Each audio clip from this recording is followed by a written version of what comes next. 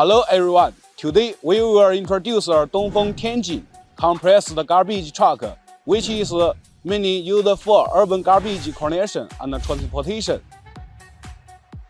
Firstly, let's take a look at its chassis configuration together. 4.5 meters wheelbase, 140 kilowatts and 6-cylinder engine, 6-speed gearbox, 10-steer tire. Its cab is equipped with slipper, directional assistance, air brake, MP3, and other functions. The garbage bin has a capacity of 15 cubic meters and can load 12 tons of household waste.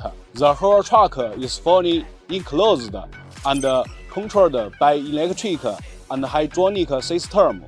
Through the garbage bin filler, shower, bucket lifting mechanism, and other devices to complete the work to realize the automatic dumping of garbage, compaction, and dumping that ensures low leakage during transportation.